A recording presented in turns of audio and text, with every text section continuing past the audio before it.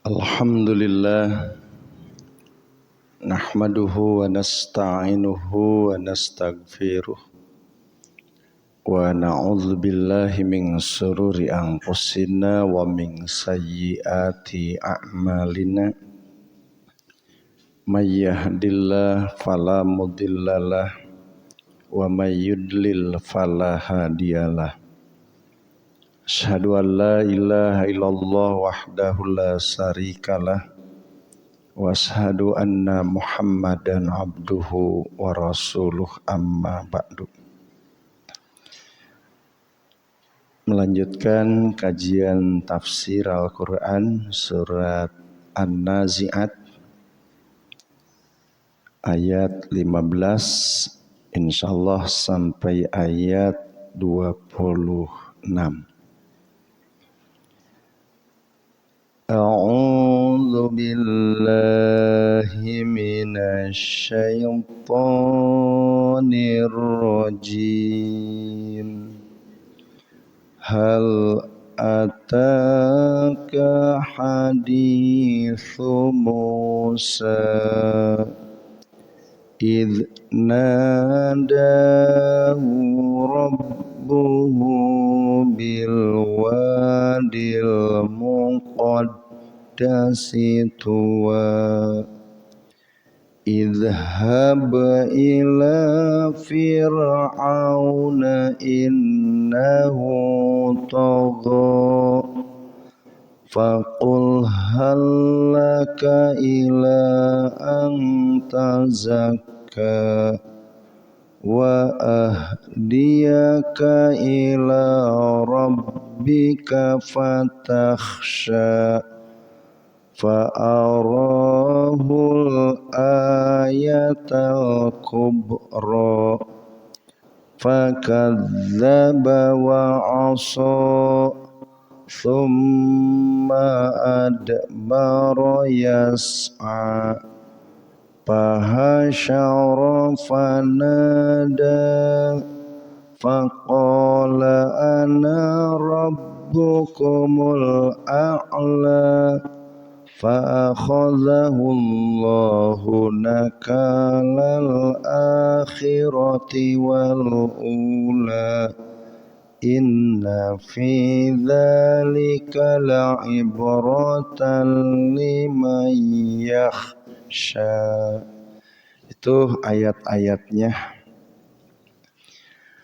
Terjemah dari ayat itu, hal ataka, apakah telah datang kepadamu haditsu Musa, berita Nabi Musa, idh nadahu, ketika menyeru kepadanya rabbuhu, Tuhannya, bil wadil muqaddasi tuwa, terhadap lembah al-muqaddasi tuwa. Idhab, pergi, ila fir'auna, kepada Fir'aun, innahu tagha, sesungguhnya dia sudah melewati batas. Faqul, ucapkan, halaka, apakah bisa kamu, ila ang tazakka, terhadap sesuatu yang engkau bisa membersihkan, wa ahdiyaka, dan menunjukkan, ila rabbika, kepada Tuhanmu, fatahsya, lalu takut, fa'arahu, maka menampakkan kepadanya, al-ayatal kubra, ayat-ayat yang luar biasa. Fakadzdzaba, lalu Fir'aun mendustakan, wa asa, dan menolak, membangkang. Tsumma adbara, kemudian membelakangi, yas'a, pergi. Fahasara, lalu dia mengumpulkan, panada, lalu menyeru, faqala, dia berkata, ana rabbukumul a'la, saya Tuhan kalian yang maha tinggi. Fa akhadahullahu lalu Allah menurunkan, menibankan kepadanya nakalal akhirah, siksa akhirat, wal ula, dan siksa dunia. Inna fi dzalika, sesungguhnya pada hal itu, la ibratan, merupakan pelajaran, ibroh lima yasha, bagi orang-orang yang takut. Nah, itu terjemah dari ayat tersebut. Ikhwati iman yang dimuliakan Allah Subhanahu wa ta'ala, turun ayat ini diantaranya karena Rasulullah Sallallahu Alaihi Wasallam dalam berdakwahnya ini betul-betul mendapatkan tantangan dan rintangan, sehingga disinilah bahwa Allah Subhanahu wa ta'ala memberikan arahan terhadap Rasulullah, yaitu bersabar menghadapi tantangan, rintangan, halangan dari mereka.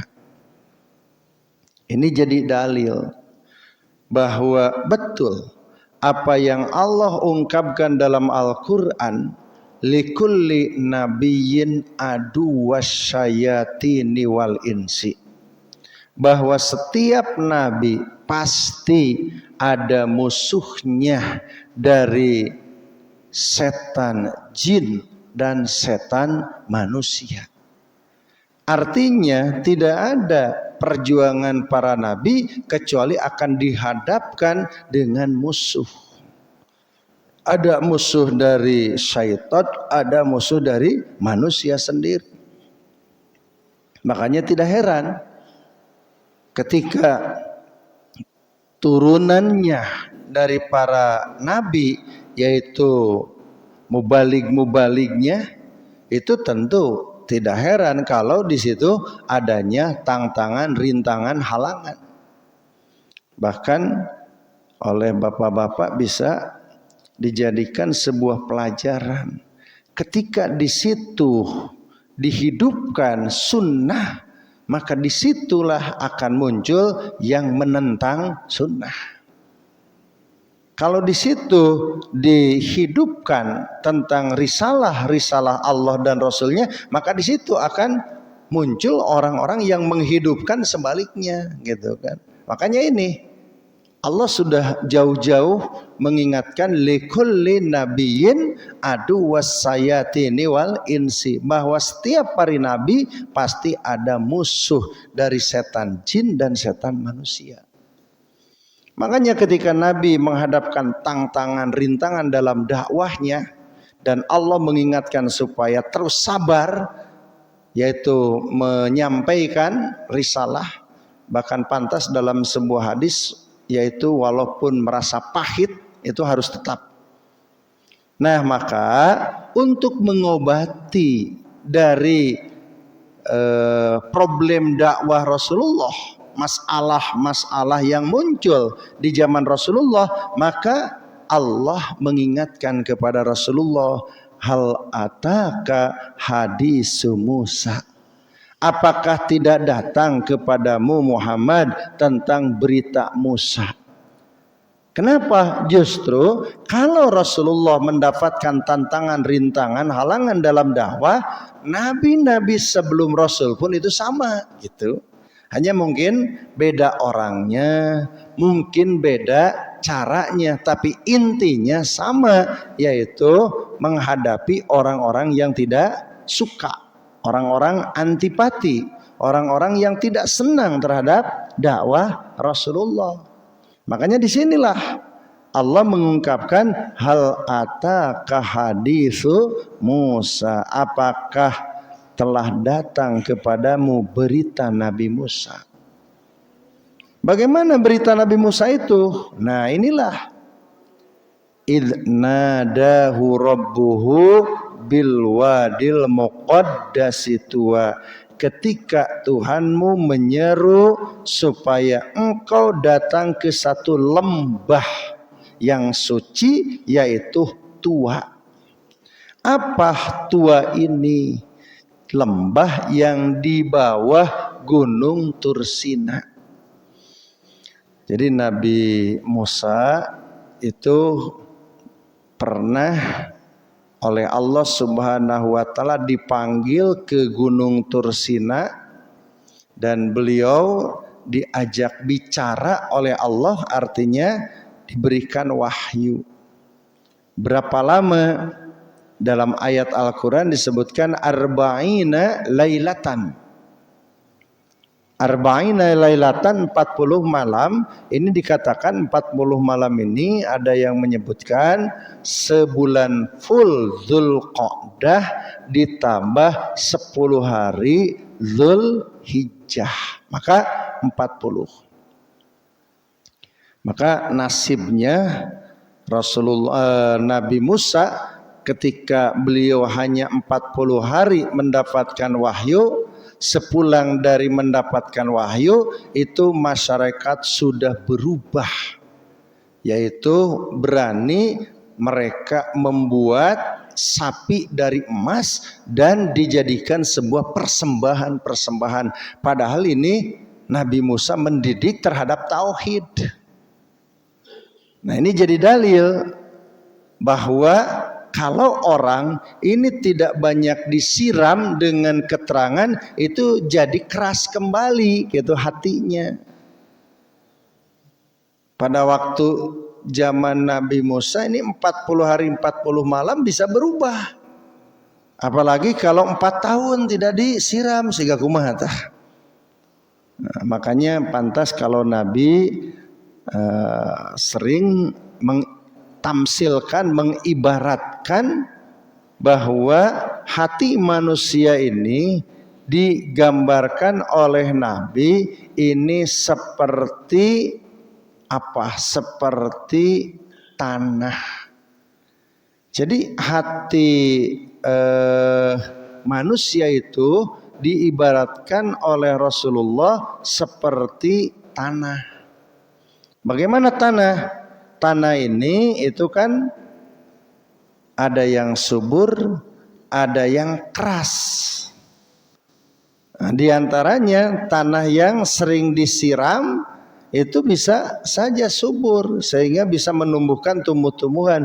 Tapi kalau tanah ini lama tidak disiram, ini bisa mengeras, bisa membatu sehingga ini tidak bisa menumbuhkan tumbuh-tumbuhan. Makanya ini sampai kisah Nabi Musa ini sebenarnya banyak yang bisa diambil. Di antaranya yaitu, jadi dengan sekejap mata umat dibiarkan dakwah oleh Nabi Musa itu bisa berubah. Makanya di sini Pak, jangan aneh. Kalau misalkan munculnya sebuah apa istilahnya ajaran Quran Sunnah gitu kan, maka nanti banyak yang antipati, yang tidak senang, tidak suka, hal yang wajar sebenarnya. Tapi kalau misalkan kita tidak mengembangkan dakwah Rasulullah yaitu Quran Sunnah, maka tidak mustahil itu nanti akan yang mengisi itu yang sebaliknya gitu kan. Jadi tak anehnya lamun masjid anu ngagerakeunana ahli bidah, anu ngagerakeunana sunnah gitu di mana-mana. Masyarakat pun akan seperti itu gitu kan. Siapa yang menggerakkannya? Maaf saja kalau misalkan di sini yang menggerakkannya Quran Sunnah, ya Quran Sunnah. Entah misalkan sekian welas tahun yang akan datang, puluh tahun yang akan datang, yang menggerakkannya bukan Quran Sunnah, ya mungkin tidak seperti itu nantinya. Makanya ini. Dan itu akan selalu itu kan, kalau saya mengatakan dalam surat Al-A'raf fariqon hada wa fariqon haqqat alaihimud dhalalah. Jadi bahwa manusia itu akan terjadi selamanya sampai akhir zaman, ada yang kelompok dalam hada, petunjuk Allah, petunjuk Rasul, ada juga yang haqqat alaihimud dhalalah, ada di dalam kesesatan. Jadi selamanya manusia itu terdiri dari dua kelompok itu. Hanya mungkin saya sering sampaikan posisi kita ada di kelompok yang mana. Apakah di kelompok yang hada atau di kelompok yang dolah, tinggal begitu gitu kan. Karena manusia tidak lepas dari itu. Ada yang di kelompok hada, ada yang di kelompok dolah, itu kan. Dalam istilah lain ada yang dalam hidayah, ada yang di dalam dolalah. Itu manusia akan seperti itu sampai akhir zaman. Jadi tinggal menentukan posisi kita ada di mana. Apakah di dalam ad-dolalah, ada dalam al-hidayah. Dan al-hidayah ini sudah ada sebenarnya, yaitu Quran Sunnah. Nah, ketika Nabi Musa itu pernah mendapatkan wahyu dari Gunung Tursina, nah kesininya bahwa Nabi Musa dipanggil lagi untuk ke lembah yang suci, yaitu Tuwa. Namanya Tuwa, dekat Gunung Tursina. Kemudian setelah itu ternyata Nabi Musa mendapatkan tugas yang berat oleh Allah Subhanahu wa taala, yaitu tugasnya idhab ila fir'auna innahu tagha fakul halaka ila ang tazakka wa ahdiyaka ila rabbika fatahsya. Ini tugas Nabi Musa dari Allah yang sangat berat. Kenapa dikatakan yang sangat berat? Fir'aun itu adalah orang tua angkat yang memelihara, mengurus Nabi Musa dari semenjak bayi. Nabi Musa dirawat oleh kerajaan Fir'aun. Artinya sudah terbayang oleh kita, apapun kebutuhan Nabi Musa dari semenjak bayi itu tidak pernah ada yang tidak terlaksana. Lantaran hidup di kerajaan, di keraton, itu kan tibayi kene diurus, dirorok sampai dewasa. Itu kan artinya Fir'aun itu betul-betul membiayai kehidupan Nabi Musa ini. Bahkan karena Nabi Musa sangat disayangi oleh istrinya Asia, tidak mustahil bahwa Fir'aun ini banyak kontribusinya terhadap perkembangan Nabi Musa alaihissalam. Jadi ini. Nah, tetapi ada tugas yang berat dari Allah ketika dia dewasa, harus datang ke Fir'aun, kudu didakwahan. Lantaran Fir'aun ini adalah sudah togo, orang yang melewati batas. Lalu didakwahan ku setingkat Nabi Musa yang dia mendapatkan pemeliharaan dari Fir'aun dari semenjak kecil, kan itu berat itu. Makanya Nabi Musa pernah sampai meminta teman untuk datang ke Fir'aun. Kemudian Allah berikan, yaitu Harun, untuk jadi teman Musa dalam dakwah ke Fir'aun. Kemudian dia memang secara fisik tidak jelas gitu kan, jadi ada sedikit kurang fasihah dalam bicara. Tetapi bukan persoalan itu menghadapi Firaun, ya ngadakwahan ka raja anu ngukut anjeuna, itu kan hal yang berat. Makanya dia sampai berdoa, Rabbis rohli wa yassirli amri wahlul uqdatam min lisani yafqahu qauli. Inilah muncul doa itu. Tapi lain dina harti mun aya mubalik ngadoa eta di hareupeun Firaun gitu kan. Wah, kata mubalik ngadoana Rabbis rohli, memangna saya saha lain kitu maksudna. Itu, tapi memang itu asbabun nuzul saja. Kenapa? Karena dalam dakwah ini Pak, memang ada hal-hal yang memang kikuk gitu kan. Apalagi di hadapan orang yang banyak jasa. Tapi memang orang itu memang ada sebuah kesalahan yang harus diluruskan. Itu biasa berat. Coba kalau misalkan di hadapan para pejabat gitu kan, kemudian tahu kesalahan-kesalahannya, mau balik dakwah di depan pejabat yang tahu kesalahannya, gerak akan berat gitu kan. Bahkan istilahnya tidak jelas, bahkan tidak mustahil akan membela kesalahan-kesalahannya gitu kan. Itu kan terjadi. Ada orang yang keras, Itu dalam fikihnya itu keras. Haram memelihara anjing ini, haram. Sampai istilahnya dengan berbagai keterangan-keterangan, argumen-argumen haramnya memelihara anjing. Ternyata satu saat dia diundang oleh orang kaya, kaya raya dengan bayaran yang besar. Yang kemudian pas begitu dia naik mimbar, kemudian terlihat orang yang mengundang dan orang kaya itu memelihara anjing. Bagaimana dalam dakwahnya? Saudara-saudara, haram memelihara anjing ini kecuali anjing yang warnanya putih. Kenapa? Karena orang yang mengundang itu adalah dia memelihara anjing yang putih, kan bisa saja seperti itu. Kenapa sampai ada kecuali gitu kan? Nah itu kan, ini berat. Coba kalau misalkan haram gitu kan. Gitu kan. Kalau misalkan begitu keras, itu pikirannya lain. Kumaha lamun balik tadi amplopan.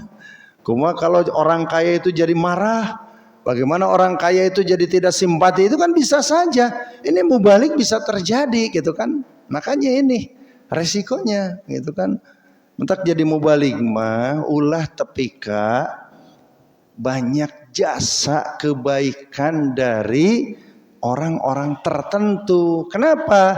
Khawatir orang tertentu itu melakukan salah, tidak bisa didakwahan, tidak bisa diarahkan.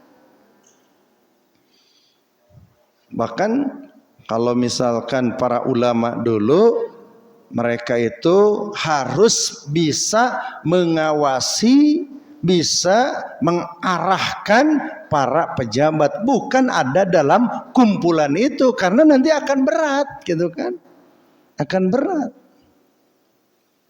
Udah beda tuh kalau misalkan di dalam gitu kan, untuk menyampaikan itu kan berat. Tapi kalau misalkan mengawasi, menjadikan istilahnya monitoring, itu beda lagi kan. Nah, makanya disinilah Rabbi sohli wa yasiri amli wahlul uqdatam min lisani yafqahu qawli itu bukan enteng. Gitu kan. Untuk memberikan pencerahan, untuk memberikan kejelasan tentang halal dan haram, ternyata di depan orang-orang yang justru sebaliknya itu kan sesuatu yang berat. Ini Nabi Musa harus dakwah ke Fir'aun, orang yang banyak jasanya, orang yang memelihara, seorang raja berharisma, bahkan istilahnya segalanya dimiliki, baik dari pengadilan, ekonomi, kemudian undang-undang dan yang lainnya dia kuasai. Jadi memang orang-orang yang luar biasa, hebat. Kata Allah, Musa, idhab ila fir'auna innahu tagha. Pergi kepada Fir'aun, karena Fir'aun ini adalah sudah tagha, orang yang sudah melewati batas. Dakwahan. Fakul hallaka ila ang tazakka. Katakan olehmu, bisakah kamu untuk membersihkan jiwa Fir'aun ini, supaya tidak togo, supaya tidak menentang, menolak ajaran Allah. Bahkan wa ahdiyaka, bisakah engkau menunjukkan ila rabbika, kepada Tuhanmu ini, patasya, sehingga takut. Jadi meureun ajak kana tauhid, ajak kana ibadah, ajak supaya berakhlakul karimah. Itulah yang disuruh oleh Allah Subhanahu wa taala kepada Nabi Musa gitu kan.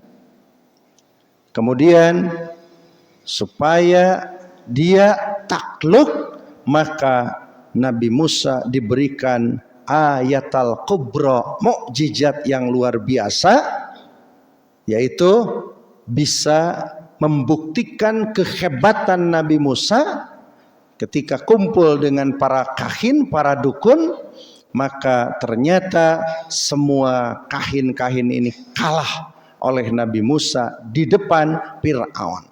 Jadi supaya Fir'aun ini takluk gitu kan, bahwa betul Nabi Musa ini memiliki kehebatan-kehebatan dari Allah Subhanahu wa taala. Tapi bagaimana kenyataannya?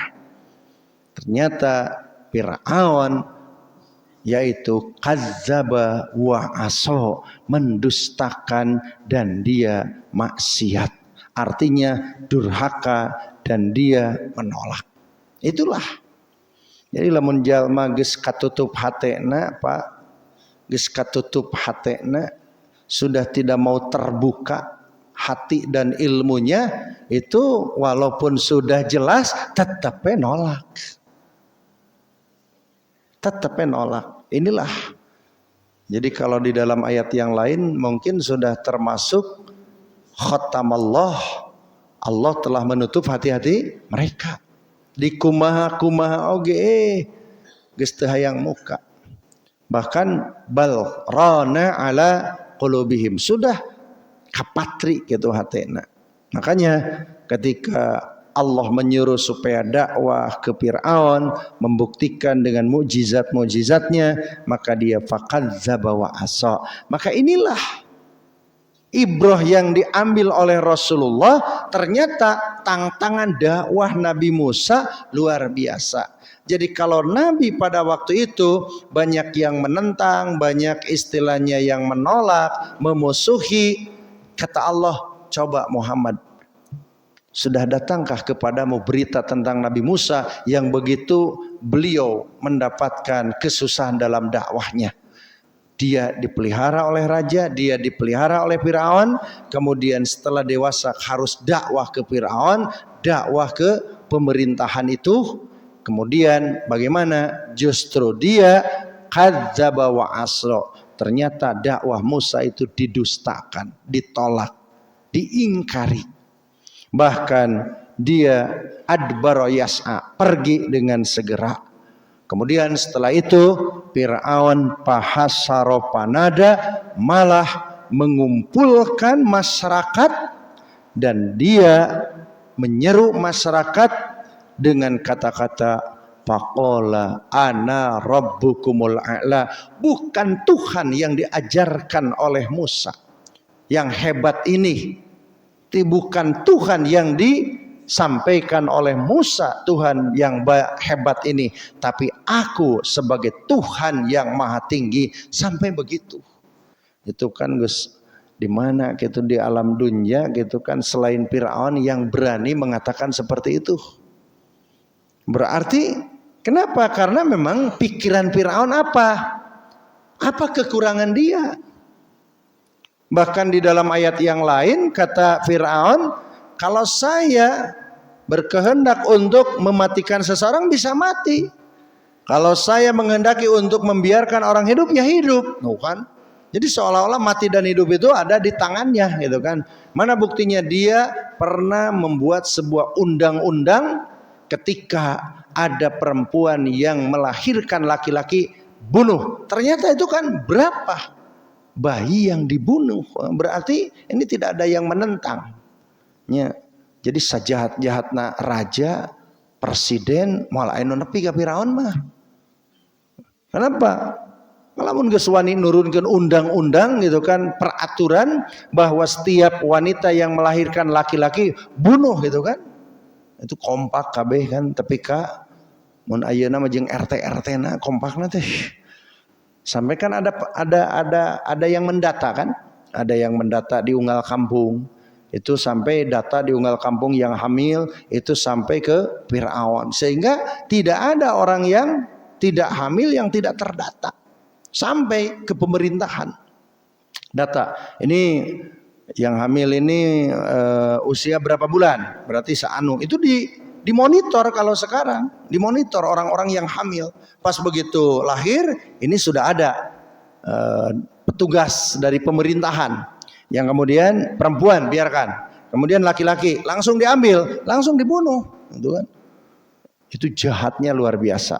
Makanya dia berani mengatakan, kalau saya berkehendak untuk membunuh ya terbunuh orang itu. Kalau tidak menghendaki untuk membunuh ya hidup orang tersebut. Kemudian kekayaannya tidak ada yang menandingi. Tidak ada orang yang berani protes itu kan. Wah luar biasa. Jadi dibuat istilahnya negara itu seperti itu. Tergantung dia. Nah makanya berani mengatakan, ana rabbukumul a'la. Bagaimana Allah subhanahu wa ta'ala, Allah maha gagah, Allah maha hebat. Ternyata fa'akhadahullahu nakalal akhirati wal ula. Maka Allah memberikan siksa di akhirat dan di dunia. Untuk Allah itu mudah. Sakumaha mengklaim dirinya, saya adalah Tuhan yang sangat tinggi, kata Fir'aun, keur Allah ma'ah nanaonan. Kumaha muncul emosi di Fir'aun sampai dia mengatakan bunuhlah Musa. Dan ternyata semuanya siap mengepung Musa untuk membunuh. Tapi bagaimana? Ya Allah itu enteng, selamatkan saja Nabi Musa lewat sungai, lewat laut itu. Kemudian kelihatan oleh Fir'aun dan yang lainnya jalan, yang kemudian dia nebus. Ternyata setelah di tengah-tengah itu adalah lautan dan semuanya tenggelam. Enteng geura Allah mah. Setelah itu bagaimana? Ya Fir'aun oge gogorowo kan pan dina waktu itu. Amantu bi Rabbi Musa wa Harun. Aku beriman kepada Tuhan Musa kan. Kakara gogorowo kan tadi mah nyebutkeun ana rabbukumul a'la, tapi setelah tenggelam maka dia mengatakan amantu bi Rabbi Musa. Tuhnya eueuh nanaonana Firaun teh. Nah, di akhirat bagaimana?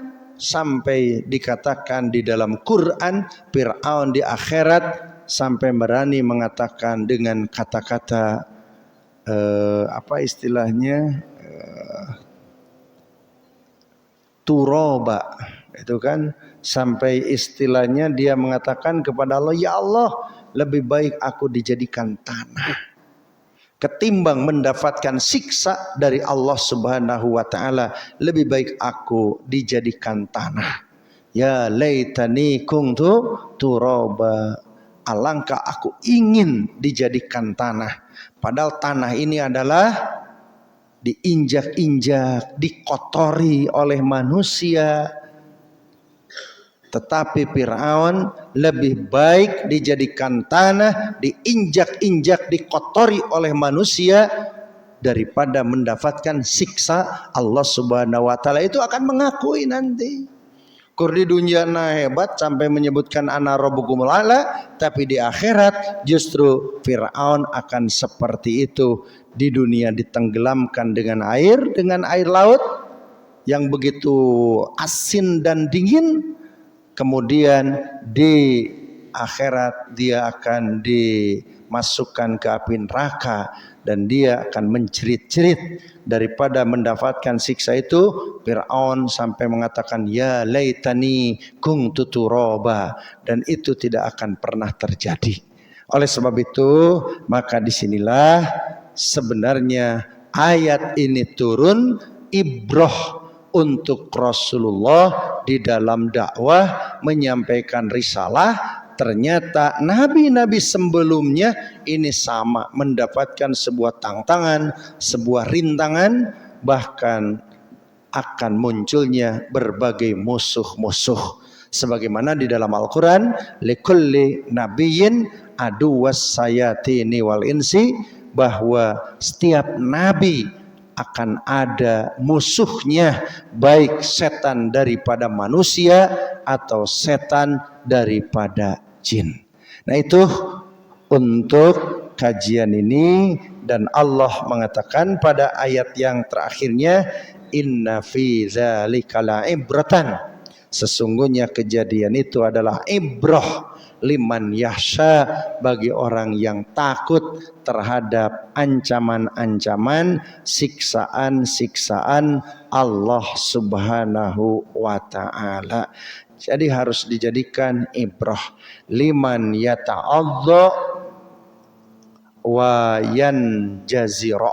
Artinya ini mudah-mudahan jadi pelajaran bagi seluruh manusia tentang kejadian-kejadian terhadap Fir'aun.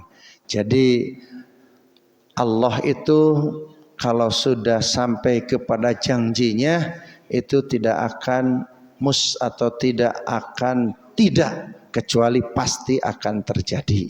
Makanya apalagi raja-raja atau penguasa-penguasa yang tidak seperti Fir'aun. Kalau kadzdzaba wa asa seperti Fir'aun, ya tidak mustahil Allah akan berikan azab siksa. Banyak pelajaran di muka bumi ini, Pak. Saya baca di dalam beberapa buku, itu kan ada pemimpin-pemimpin, penguasa-penguasa yang zalim, penguasa-penguasa yang menolak bahkan membenci terhadap ajaran Allah Subhanahu wa taala yang disampaikan oleh Rasulullah. Ini nasibnya menjijikan. Sampai ada yang mendapatkan penyakit menahun dan orang jijik terhadap penyakit itu. Ada juga yang matinya dengan mengenaskan, ada yang dihinakan, macam-macam di muka bumi. Banyak ibrah sebenarnya. Hanya Allah Subhanahu wa taala cukup dengan mengkisahkan Fir'aun, itu mudah-mudahan jadi ibratan liman yahsha. Dan kesininya banyak orang-orang yang seperti itu. Makanya pantas di dalam sebuah hadis nanti ada manusia-manusia yang nanti di yaumul akhir disatukan dengan Fir'aun, ada yang disatukan dengan Haman, ada juga yang disatukan dengan sahabat-sahabat Nabi yang soleh. Jadi inilah ada orang-orang yang tipe-tipenya mengikuti tipe-tipe orang yang terdahulu. Ada yang tipe Fir'aun, ada yang tipe Abu Lahab, ada yang tipe Qarun, ada yang tipe Haman. Ada yang tipenya Abu Bakar, Umar gitu kan, ada juga nanti gitu kan. Maka inilah yang terpenting bagi kita adalah tiada lain apa yang Allah kisahkan dalam Al-Quran. Ini mudah-mudahan jadi ibrah, jadi sebuah pelajaran, sehingga muncul sebuah ketakutan apa yang Allah ungkapkan dengan sanksi-sanksinya. Ikhwat iman yang dimuliakan Allah Subhanahu wa taala, mungkin pemaparan materi tafsir saya kira cukup, dan sebelum ditutup silakan jika ada hal-hal yang perlu ditanyakan.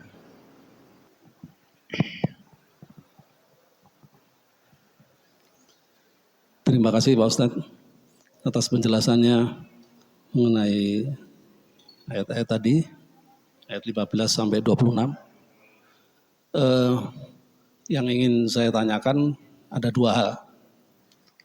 Yang pertama yaitu tadi sudah dijelaskan mengenai setiap nabi ataupun siapa yang menyampaikan mengenai agama, ini selalu ada yang menentang. Bahkan yang menentang adalah orang-orang yang berkuasa. Sampai dengan saat ini ketika Nabi Musa akan bertentangan dengan Fir'aun, di mana Fir'aun juga penguasa. Saat ini juga begitu Pak.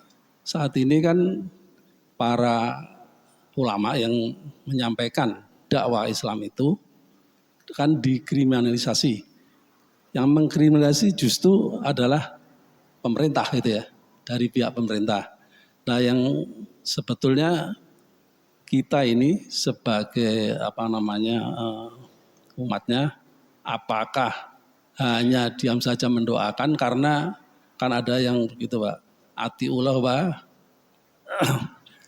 ati ulil amri minkum gitu ya. Jadi kita harus taat kepada ulil amri. Ada yang mengatakan udahlah kita doakan saja. Ataukah kita ini memprotes ataupun mendemo ataupun melawan. Nah ini yang ingin saya tanyakan, yang mana ini sebaiknya? Kita hanya diam saja karena harus taat kepada ulil amri, atau kita harus melawan gitu. Iya. Dan kalau menurut saya memang lihat dulu negaranya negara Islam atau negara sekuler atau negara republik atau negara demokrasi gitu. Nah menurut Pak Ustadz bagaimana? Itu pertanyaan pertama. Karena tadi kaitannya dengan berdakwah dia dalam agama ini selalu ada yang menentang dan bahkan yang menentang yang berkuasa. Terus yang kedua itu mengenai Nabi Musa tadi.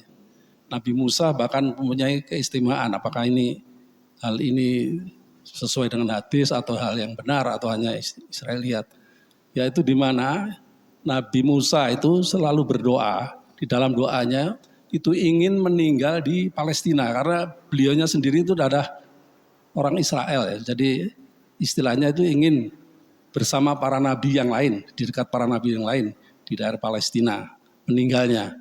Sedangkan beliau kan tinggal di Mesir, jadi bukan di Palestina.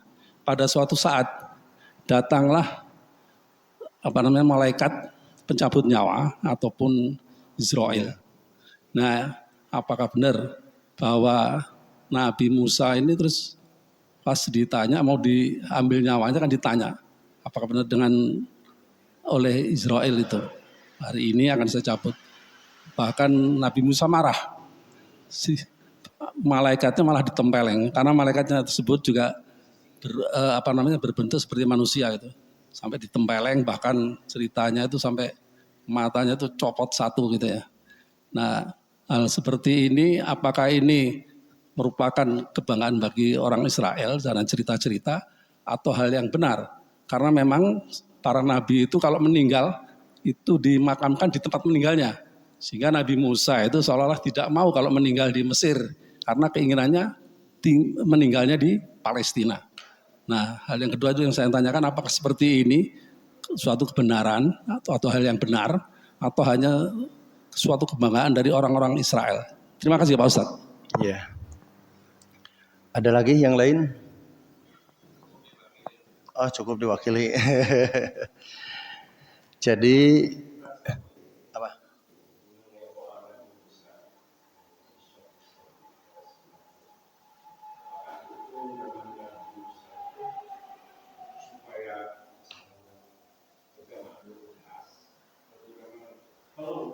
Oh iya.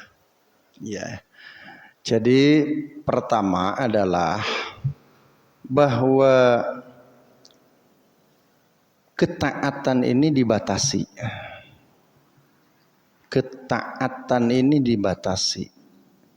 Seandainya perintahnya itu bertentangan dengan Allah dan Rasulnya, ini tidak ada kewajiban untuk taat. Tidak ada kewajiban untuk taat. Bagaimana untuk dipaksa? Dan kalau tidak, itu bisa dihukumi. Nah, itu mungkin itu harus kita menggunakan siasah. Tapi bukan disetujui dengan hati, tapi itu hanya sekedar siasah. Ketika Amr dipaksa supaya mengatakan Lata dan Uzza Tuhannya, lantas dia berpikir kalau saya menolak itu ayah saya dibunuh langsung, ibu saya dibunuh langsung. Ini bagaimana nasib Islam? Kalau saya dibunuh, bukan takut dibunuhnya, tapi bagaimana ini nasib ajaran Islam? Maka dia buat siasah, sebutkan saja Lata dan Uzza. Nah, setelah itu maka terdengar oleh masyarakat dan di berita itu sampai kemana-mana bahwa Amr ini murtad gitu kan. Kemudian dia datang kepada Rasulullah dan dia mengatakan, dengan sebenarnya demi Allah saya katakan bukan takut mati, saya tidak ada kaitan dengan hati, tapi saya punya pikiran, ini siapa yang akan menyebarkan Islam di daerah saya ini. Kata Rasulullah, bagaimana? Allah Maha tahu terhadap hati kamu. Seandainya benar, semoga Allah mengampuni dan buktikan gitu. Jadi kan tidak apa-apa gitu kan, ini membuat siasat. Tapi tetap intinya tidak ada ketaatan di dalam kemaksiatan. La ta'ata fi maksiatillah. Jangankan oleh pemimpin, orang tua pun tidak boleh ditaati kalau bertentangan perintahnya. Wa in jahadaka ala an tusyrika bima laysa laka bi'ilmun fala tuti'huma, kata Allah. Jika orang tua memaksa untuk musyrik, maka fala tuti'huma, tidak ada ketaatan bagi kamu. Itu orang tua. Nah, itu yang pertama. Taat ini terbatasi, Pak. Kedua, bahwa idza ra'a munkara falyughayyir. Jika melihat kemungkaran, rubah. Rubahnya dengan apa? Biyadi, dengan kekuasaan kita. Bisa tidak merubah? Wah, kebetulan kita punya kekuatan. Apa? Kita gunakan dengan DPR-nya. Itu boleh. Itu kan ada kewenangan DPR-nya itu. Kayaknya punya power. Itu kan ini yang melanggar ini eksekutif. Berarti bagaimana eksekutif? Gunakan DPR gitu kan. DPR-na sarwana kumaha? Bingung oge-nya. DPR-na sarwana gitu kan. Kita mengaju ke MPR gitu kan. MPR-na sarwana kumaha? Riweuh kan ya. Lamun teh ama istilahnya eksekutifnya, kemudian yudikatifnya gitu kan, sarwana gitu kan. Jadi mulai eksekutif, legislatif, yudikatifnya sama, itu kan riweuh gitu kan. Nah, maka di sini bagaimana? Oh, berarti tidak punya kita kekuatan.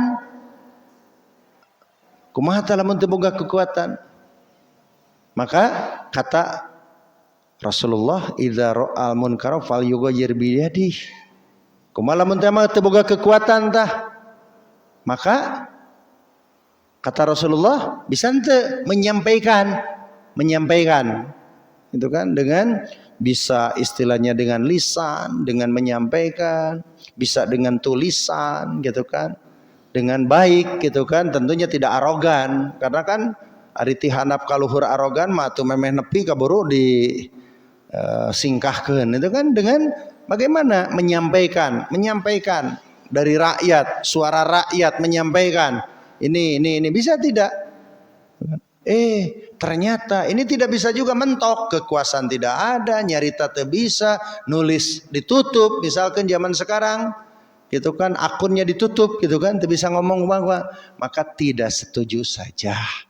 Dan walaupun itu disebutkan ada aful iman, lemah iman, bagaimana? Makanya inilah perlunya kita isbiru, sabar gitu kan. Punya tidak kekuatan, sok pakai kekuatan untuk memberikan kepada eksekutif, itu gunakan legislatif, gunakan yudikatif. Sarwana kabeh atau orang teh meureunnan bisa teh nyarita gitu kan, teu bisa nyarita dibungkam gitu kan, nu tadi teh diintimidasi dan yang lainnya gitu kan. Ya kita sabar saja dan gitu, ada aful iman, berdoa kumaha tuh. Nah itu upaya yang pertama. Kedua, cerita itu jangan di istilahnya dipelintisirnya, jangan politisir. Jadi cerita itu memang Nabi Musa ini kedatangan orang yang tidak sopan. Orang oge sarua gitu kan, kergering gitu kan, datang jalma nu teu sopan da ditampiling atuh tong baroma. Nabi Musa datang ka pribados oge teu sopan teuing, dijebrot jelema kieu mah gitu kan. Jadi itu memang betul gitu kan, tentang cerita Nabi Musa kedatangan orang, tapi kesininya sebenarnya yang datang itu malaikat itu. Tapi kan Nabi Musa tidak tahu bahwa itu malaikat gitu kan. Lamun malaikat lamun Nabi Musa datang malaikat mah moal bisa kitu Pak gitu kan. Siga Rasulnya datang jalma anu istilahnya ya kurang ajar gitu kan. Tapi Nabi itu beda cara istilahnya menghadapinya gitu kan. Kalau dia tahu malaikat, wah ku Rasul geges di kumaha mapan. Itu tidak tahu Nabi Musa gitu kan. Maka ada anggapan yang istilahnya mereka itu kan suka membuat dongeng-dongeng gitu kan. Jadi dalam keterangan Al-Quran itu dipolitisir bahwa malah istilahnya Nabi Musa itu punya kelebihan yang luar biasa sampai tingkat malaikat ditampiling. Malaikat ditampiling itu kan, bukan, ini ada orang yang tidak sopan saja gitu kan. Itu kan ada orang yang tidak sopan gitu kan, kemudian istilahnya ini layak untuk mendapatkan tamparan gitu kan, tidak tahu itu malaikat dan yang lainnya. Bahkan saya juga benar tidak itu malaikat gitu kan, atau ingin mencoba saja gitu kan.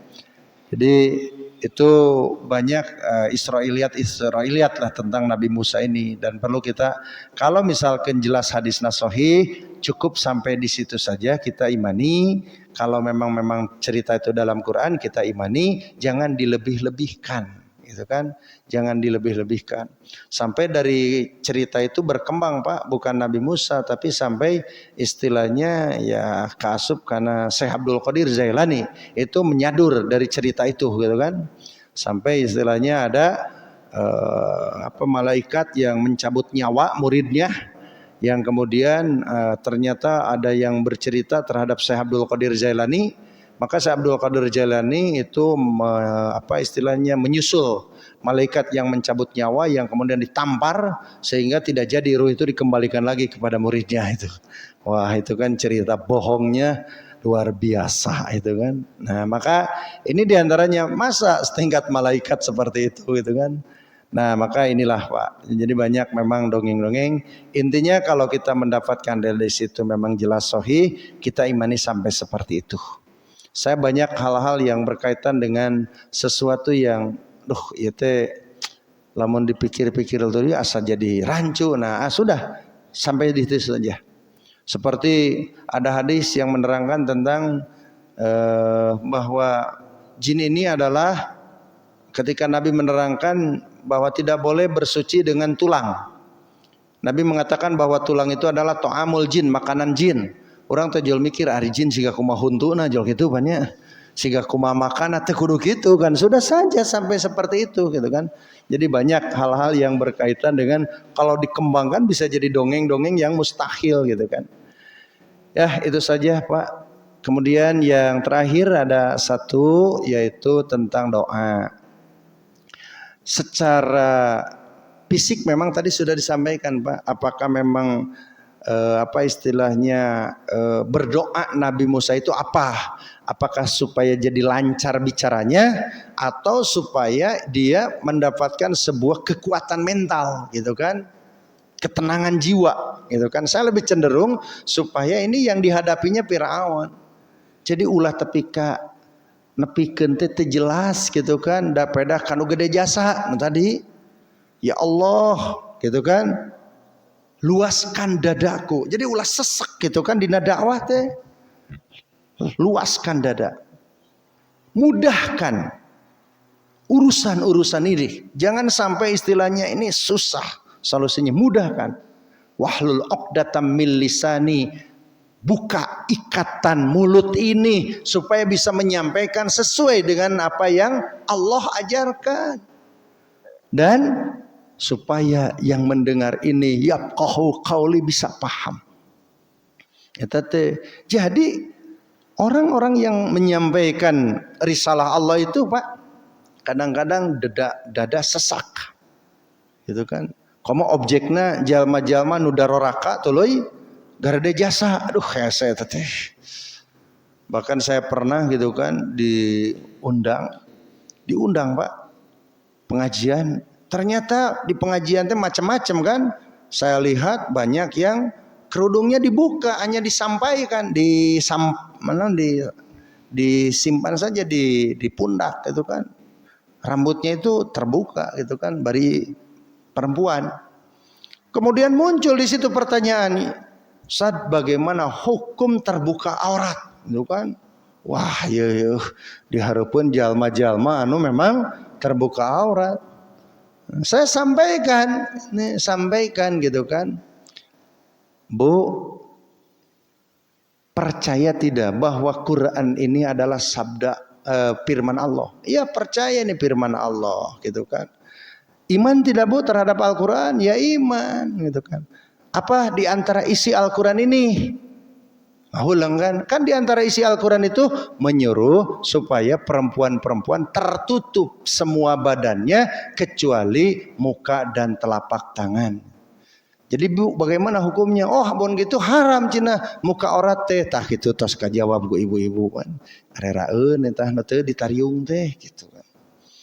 Kan urang make siasat namun gitu mah haram tah teu bener tah teu ditariung teh wan. Kumaha meureun bisa ngararadak begitu kan. Itu. Jadi tetap tersampaikan tapi tetap metode juga kita harus pikirkan. Gitu kan Pak? Gitu kan. Pas begitu istilahnya saya tahu bahwa masyarakat ini ya misalkan banyaklah melakukan akhlak-akhlak misalkan di depan para pejabat yang membuat sebuah perizinan. Ini kan muncul pertanyaan, Ustadz bagaimana ini tentang masalah suap menyuap? Wah, makanya diharapkan jalma-jalma anu suka mengeluarkan izin. Wah, itu berat Pak. Wah, untuk menyampaikan hak di depan orang-orang itu gitu kan. Nah itu. Nah makanya kalau ada kejadian seperti itu, ingatlah terhadap dakwah Nabi Musa menghadapi Firaun gitu kan. Itu Pak. Jadi makanya banyak orang yang kikuk gitu kan, kalau di depan orang-orang yang dia tahu dia bagaimana gitu kan. Makanya Robbi sohri wa yasirli amri wahlul uqdatam min lisani yafqahu qauli. Tapi ngadua eta kitu tempo nepikeun ngabela kadorakaan, ngabela kedoliman. Atuh lain ge fungsi doa dari itu. Nah itulah ya Pak. Jadi cukup saya kira untuk asbabun nuzul dari doa tersebut. Makanya ini kita harus baca sok lah bapak-bapak oge nying hareupan anak, nying hareupan pamajikan nya, nying hareupan dulur lah. Wah dulur urang euy kitu. Urang arek ngabejaan da eta teh mimitina beurat heula tuh. Komo lamun teh mah adi kalanceuk kitu teh.